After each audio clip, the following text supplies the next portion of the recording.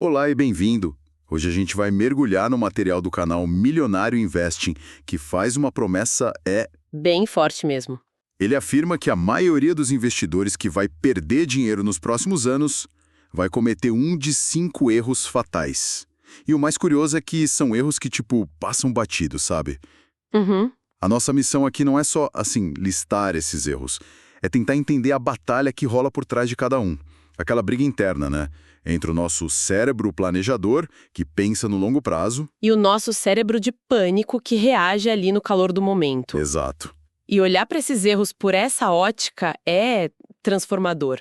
Porque não é só sobre finanças, é sobre psicologia. Totalmente. O material que a gente analisou conecta de um jeito brilhante coisas que parecem puramente técnicas, como taxas, com gatilhos super emocionais, tipo o medo de ficar de fora, o famoso FOMO. Sim. A gente vai ver que, no fundo, o maior risco para o investidor não é o mercado. É a nossa incapacidade de gerenciar esse conflito. Essa análise de hoje é quase um mapa para fortalecer esse cérebro planejador. Perfeito. E o primeiro campo de batalha, o ponto que a nossa fonte chama de o mais devastador, é a falta de uma reserva de emergência. Parece básico, né? Parece super básico. Mas é aqui que o conflito já começa com tudo. O cérebro de pânico, ou talvez nesse caso o cérebro da ganância, ele olha o dinheiro parado no investimento que rende pouco e grita, sabe? Grita. O que esse dinheiro está fazendo aí parado? Isso. Estamos perdendo oportunidades. Isso podia estar rendendo 20% em ações. É a voz da impaciência. E ela é muito, muito sedutora.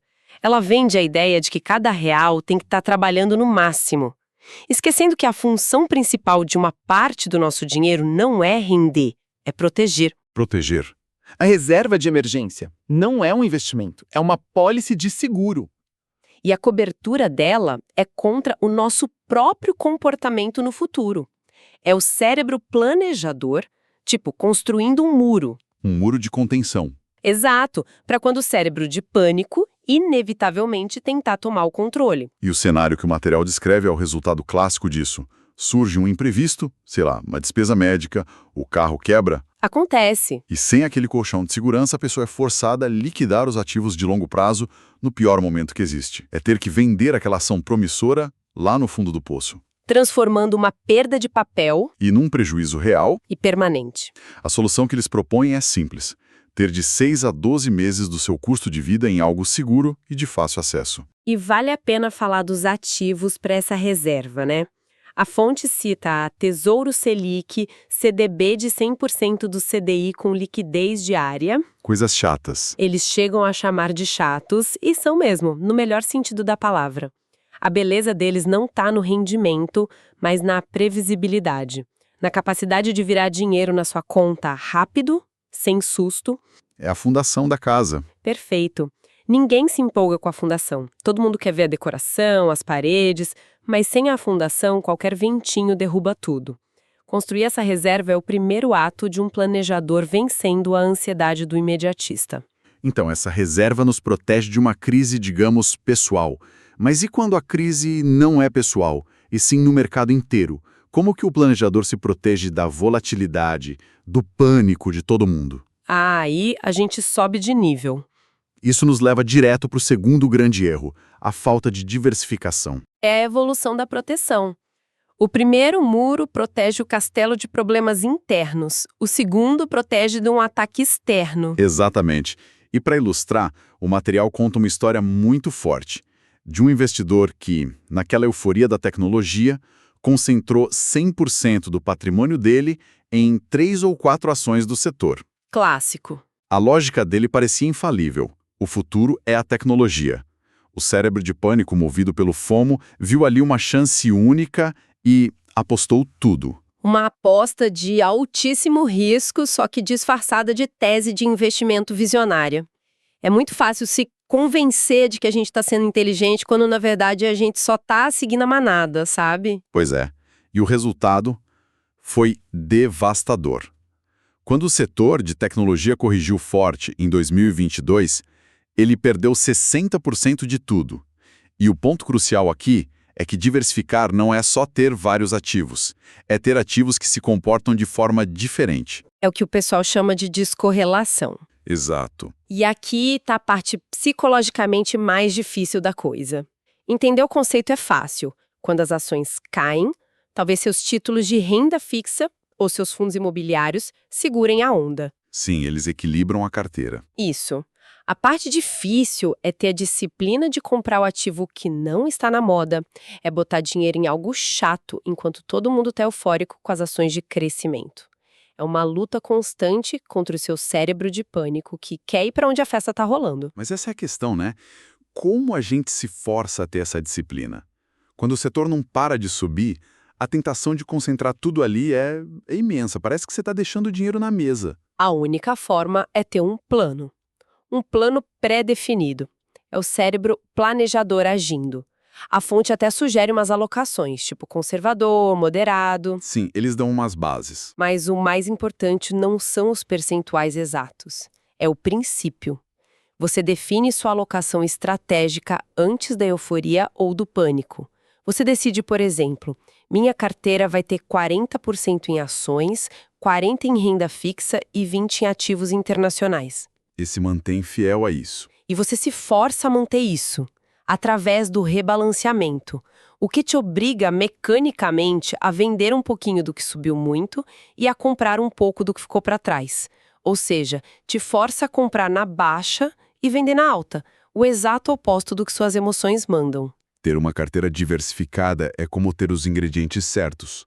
Mas sem uma receita, ainda pode dar muito errado. O que nos leva ao terceiro erro: investir sem estratégia. É o que o material chama de apostar em vez de investir. É a diferença entre ter um plano de voo e simplesmente decolar o avião e ver para onde o vento leva. Uma hora o combustível acaba. Perfeito. Os exemplos são clássicos. Comprar uma ação por causa de uma dica quente no Instagram. Ou porque um primo indicou. Isso. Ou porque ela subiu 50% na última semana. É o cérebro de pânico no controle total, agindo por impulso, sem nenhum filtro. A solução é ter uma estratégia clara, que começa com a pergunta mais básica de todas: para que eu estou investindo? Exato. É para aposentadoria em 30 anos? Para dar entrada num imóvel em 5? Cada objetivo vai exigir uma estratégia completamente diferente. E aqui entra uma distinção que eu acho fundamental, a diferença entre tática e estratégia. Seguir dica é tática, é uma ação isolada. Uma estratégia é um sistema. É a sua política de investimentos. Exato.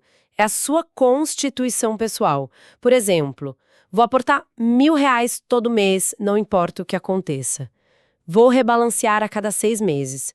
Só compro empresas com lucro consistente e só vendo se os fundamentos mudarem. E a fonte usa aquela citação clássica do Warren Buffett, né? Se você não está disposto a ter uma ação por 10 anos, não pense em tê-la por 10 minutos. Mas ter uma estratégia tão rígida assim não pode ser ruim, e se surge uma oportunidade que não estava no plano? Essa pergunta é excelente e toca num ponto sutil. A frase do Buffett é brilhante, mas pode ser mal interpretada. Não quer dizer que você nunca pode vender antes de 10 anos. Certo. Quer dizer que o seu critério de compra tem que ter esse horizonte. A decisão de venda pode acontecer por vários motivos válidos. Os fundamentos da empresa mudaram para pior, o preço ficou exagerado. Ou a posição cresceu demais na carteira. Exatamente. Uma boa estratégia não é uma camisa de força, é um mapa. O mapa te dá a rota principal, mas te permite fazer desvios conscientes, planejados, e não se perder por impulso. A estratégia te protege de você mesmo. Uma boa estratégia, então, protege a gente dos grandes erros, mas também dos vazamentos silenciosos. E isso conecta com o quarto erro: ignorar os custos. Esse é descrito como o assassino silencioso do patrimônio. É um dos pontos mais subestimados e, ao mesmo tempo, um dos que tem mais impacto no longo prazo. As pessoas focam no retorno bruto, sabe? Nos 10, 12% ao ano, mas não fazem a conta do que realmente sobra no bolso. E o exemplo numérico do material é chocante.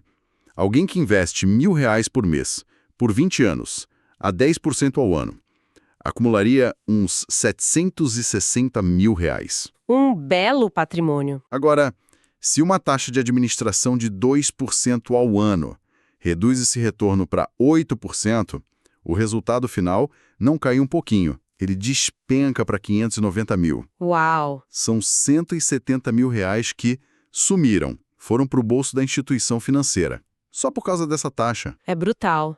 E a razão pela qual é tão devastador é que os juros compostos, a mágica que multiplica nosso dinheiro, eles também funcionam ao contrário. Como assim? Eles potencializam o efeito negativo dos custos com o tempo.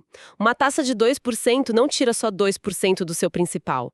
Ela tira 2% dos seus ganhos, que por sua vez deixam de gerar novos ganhos. É uma bola de neve reversa. É como tentar encher um balde com um furinho no fundo. No começo não parece nada, mas depois de um tempo... Metade da água vazou. Exato. E por que as pessoas ignoram tanto isso? É porque 1 ou 2% parece um número pequeno. Sem dúvida. É um viés cognitivo. Nosso cérebro tem dificuldade em projetar o impacto de números pequenos ao longo de décadas. E, claro, a indústria financeira é muito boa em esconder essas taxas, né? Mas o ponto fundamental, e a fonte bate muito nisso, é que controlar os custos é uma das poucas coisas que o investidor tem 100% de controle. Verdade. Você não controla a inflação, não controla a Selic, não controla a bolsa. Mas você pode hoje escolher um ETF com taxa de 0,3% em vez de um fundo ativo com taxa de 2%. É um ganho garantido na sua mão, sem correr mais risco. É a decisão mais planejadora que existe. Chegamos então ao quinto e último erro, que na verdade parece ser a origem de todos os outros. É aqui que a batalha entre o cérebro planejador e o de pânico acontece de forma mais explícita. É a grande arena. Deixar as emoções comandarem. O material usa uma frase ótima. O mercado é uma máquina de transferir dinheiro dos impacientes para os pacientes. E dos reativos para os planejadores. É a síntese de tudo. Os dois grandes vilões são o medo e a ganância.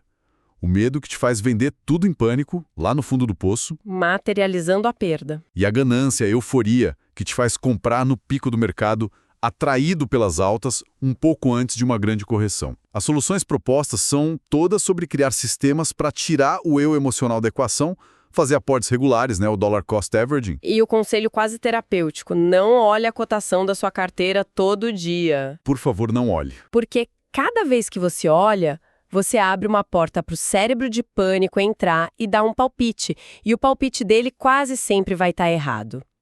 Se a gente conectar os pontos, este quinto erro é de fato a causa raiz. É a ganância que faz pular a reserva.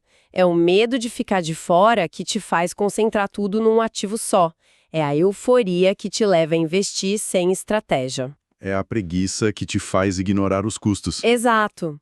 Dominar as emoções, ou melhor, criar um sistema que te proteja delas, não é só um dos 5 pontos. É a metabilidade que resolve os outros 4. Isso reorganiza tudo.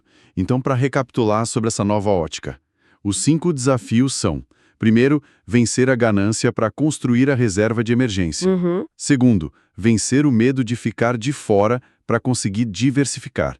Terceiro, vencer a impulsividade para seguir uma estratégia de longo prazo. Certo. Quarto, vencer a inércia para minimizar os custos. E, por fim, o grande desafio: construir um sistema que permita ao seu lado planejador tomar as decisões, mantendo o lado reativo no banco do passageiro. É uma síntese perfeita. E o que fica claro é esse conflito central. A tensão entre a visão de longo prazo e a reação de curto prazo. Todas as ferramentas do bom investidor, a reserva, a diversificação, a estratégia, a atenção aos custos, são instrumentos de longo prazo. Exigem paciência. Exigem paciência, disciplina, a capacidade de ignorar o ruído do dia a dia. Todos os erros fatais são armadilhas do imediatismo, da reação ao pânico ou à euforia do momento. O sucesso, no fim, é definido pela habilidade de manter os olhos no horizonte, mesmo quando o mar ao redor está agitado. Essa análise toda deixa a gente com uma reflexão final, eu acho. O material detalha muito bem os erros a serem evitados. Mas se a causa raiz da maioria deles é emocional, se a batalha é interna, será que a habilidade mais crucial para um investidor não é o conhecimento técnico sobre finanças, mas sim o autoconhecimento? Talvez, antes de analisar um balanço ou um gráfico, a primeira tarefa seja entender os nossos próprios gatilhos de medo e de ganância. Conhecer a si mesmo pode ser a estratégia de investimento mais rentável de todas.